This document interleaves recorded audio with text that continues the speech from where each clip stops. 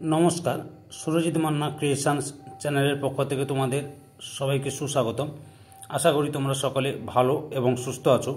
আমি তোমাদের জন্য এই ভিডিওটিতে তুলে ধরছি 2025 সালের ক্লাস 6 তথা ষষ্ঠ শ্রেণীর ছাত্রছাত্রীদের জন্য রায় ও মার্টিন প্রশ্ন বিচিত্র থেকে ফার্স্ট সামেটিভ ইভ্যালুয়েশন তথা ফার্স্ট ইউনিট টেস্টের জন্য পরিবেশ ও বিজ্ঞান বিষয় থেকে এক সেট প্রশ্নপত্রের সম্পূর্ণ সমাধান করছি। তার আগে তোমাদের কাছে অনুরোধ, তোমরা ভিডিওটি না টেনে পুরোটা দেখো। ভিডিওটি কেমন লাগলো কমেন্ট করে জানাও, ভিডিওটিতে লাইক দাও এবং শেয়ার করো, এবং চ্যানেলে নতুন হলে চ্যানেলটিকে সাবস্ক্রাইব করে চ্যানেলের সঙ্গে যুক্ত হয়ে যাও। আলোচনা শুরু করছি। 13 নম্বর model set Nimpeth Ramakrishna Vidyabhavan HS এবং রামপুরহাট হাই স্কুল, এই দুটি স্কুলের প্রশ্নপত্র সেটটি আলোচনা করছি। একের দাগে সঠিক উত্তরটি নির্বাচন করো। প্রথম প্রশ্ন, কুইনাইন থেকে পাওয়া যায়। অপশান এতে ম্যালেরিয়ার ঔষধ। 2 নম্বরে একটি অপর্যাবৃত্ত ঘটনা হলো। অপশান সিতে ভূমিকম্প। 3 নম্বর পদার্থ কোনটি ভৌত পরিবর্তন। অপশান ডিতে মোমের গলন। 4 নম্বরে স্ট্রেপ্টোমাইসিস হলো এক ধরনের। অপশান এতে ব্যাকটেরিয়া। 5 নম্বর পদার্থ কোন ঘটনাটি একমুখী। অপশান সিতে খাবার খেয়ে হজম হয়ে যাওয়া। 6 নম্বরে কোনটি অধাতু কিন্তু তড়িতে সুপরিবাহী। অপশান সিতে গ্রাফাইট। 7 নম্বরে তরলে গ্যাসের দ্রবণের উদাহরণ হলো। অপশান বিতে সোডা ওয়াটার। 8 নম্বরে উকুন হলো। অপশান বিতে পরজীবী। 9 নম্বরে একটি নিষ্ক্রিয় গ্যাস হলো। অপশান বিতে হিলিয়াম। 10 নম্বরে তামার চিহ্ন হলো। অপশান ডিতে সিইউ কপার বা তামা।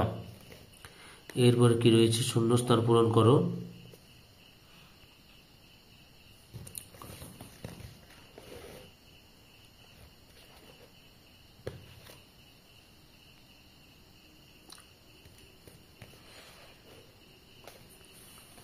দুই দাগে শূন্যস্থান পূরণ করো। প্রথমে রয়েছে দই প্রস্তুতির জন্য দায়ী ব্যাকটেরিয়ার নাম হলো ড্যাশ, ল্যাক্টোব্যাসিলাস।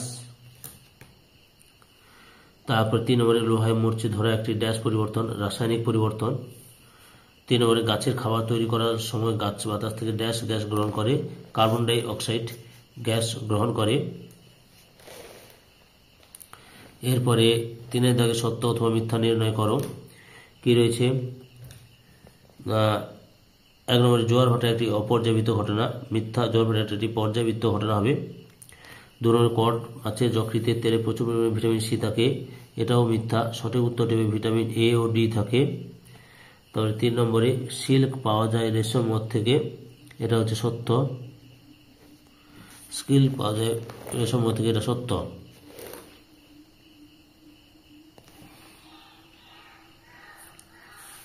এরপরে 4 দাগের নিচের প্রশ্নগুলি একটি বাক্যে একটি বা একটি শব্দে উত্তর দাও। প্রথমে রয়েছে ফটোগ্রাফি প্লেটে আলো পড়লে এটি কী ধরনের পরিবর্তন, রাসায়নিক পরিবর্তন। 2 নম্বরে একটি রাসায়নিক কীটনাশকের নাম লেখো, ম্যালথিয়ন। তারপরে হচ্ছে 3 নম্বরে অক্সিজেনের ধর্ম হলো অক্সিজেনের ধর্ম লেখো। অক্সিজেনের ধর্মগুলি হলো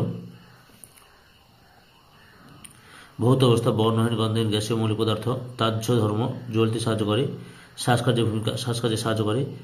স্বাদহীন। তারপর বায়ুর তুলনায় ঘনত্ব, বায়ু অপেক্ষা সামান্য ভারী। প্রকৃতিতে অবস্থান, অক্সিজেন শুধু গ্যাস রূপেই পাওয়া যায়।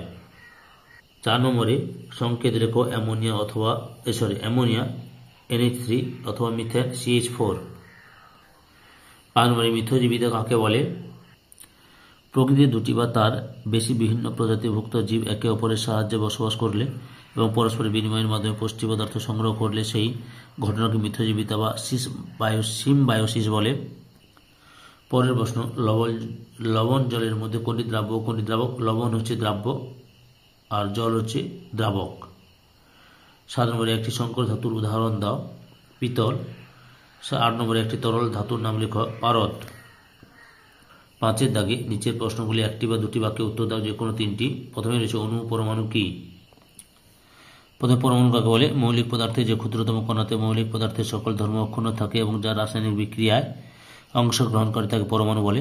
অণু কাকে বলে, মৌলিক বা যৌগিক পদার্থ কতগুলি পৃথক ও স্বাধীন সত্তা বিশিষ্ট ক্ষুদ্র ক্ষুদ্র কণার সমন্বয়ে গঠিত। পদার্থের সকল ধর্মই এই কণাগুলির মধ্যে বর্তমান থাকে, এই রকম কণাগুলিকে ওই পদার্থের অণু বলে।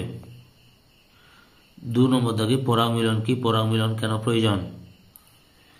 কোনো ফুলের পুংকেশরের পরাগধানী থেকে পরাগরেণুর ওই ফুলের গর্ভমুণ্ডে বা একই গাছের ভিন্ন ফুলের গর্ভমুণ্ডে বা সমপ্রজাতিভুক্ত ভিন্ন উদ্ভিদের ফুলের গর্ভমুণ্ডে স্থানান্তরিত হওয়ার ঘটনাকে পরাগমিলন বা পরাগযোগ বা পলিনেশন বলে।